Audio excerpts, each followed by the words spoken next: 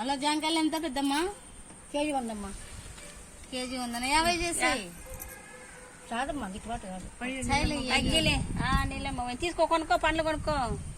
50 అయినా కేజీ 50 కదా.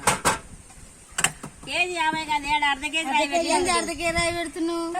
నేను కేజీ అడిగినది 50. అర్ధ కేజీ అర్ధ కేజీ తగ్గి అంటే తూకం తగ్గించదు. ఎంత తెలియదు ఏం తెలివింది పెద్దమ్మ నీకు.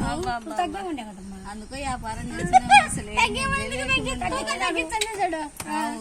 రా కొనుక్కుందా జాంపన్లు పోతున్నావు రా. జాంకాయలు తీసుకుందా కేజీ కేజీ ఏమంటే రేటు తగ్గిమంటే తూకాలు తగ్గించేస్తుంది ముస్లిమా.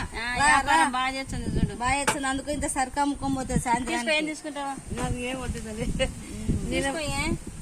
ఇవెట్లా నీలమ్మక్క నీ ఫ్రెండ్ పండిపోయిందా ఎట ఇంకా పెట్టుకున్నావు ప్యాకెట్లో అమ్ముకోవాలనుకుంటున్నావు వద్దనుకుంటున్నావు. అంత గిట్ట గిరాక అమ్ముతున్నావు నువ్వు. ఏం పెరుగుతాయి తీసుకుందంట పనులు జాంకాయలు తల్లి వ్యాపారం చేస్తుంది బ్రహ్మాండంగా చేస్తుంది.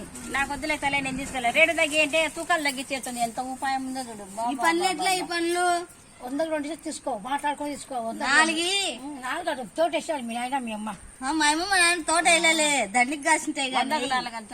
100 తీసుకో 4 చాలు వచ్చాయిలే తీసుకో. ఇంకా చెప్పినా కొట్టే మాట మళ్ళీ చెప్పండి. ఇంకా అయినా పెద్దమ్మ బల గిరాకే గిరాకుండా బట్టే సంపాదించింది అయినా గానీ. అందరు బల ఎవరో ఈమె ఆ బొంగో బండి ఆయన వచ్చి అక్క వేసిపోతాడు. ఈమె ఇంత రేటు గిట్ట గిరాకని తూకాలు తగ్గించేస్తాడు. గడ్డ ముసలోడు వేస్తాడు బాగా వేస్తాడు.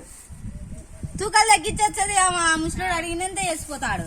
ఆపిలి పళ్ళు ఎట్టేస్తాను నువ్వు కొనలేవు. ఎందుకు మాట్లాడతావు? కొనలేవా? ఎయ్యి కేజీ కొననీకే కాదు మేము అడిగేది నిన్ను.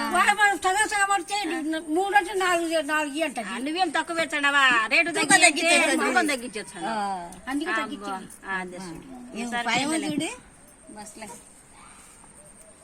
ఇప్పుడన్నా వచ్చిందా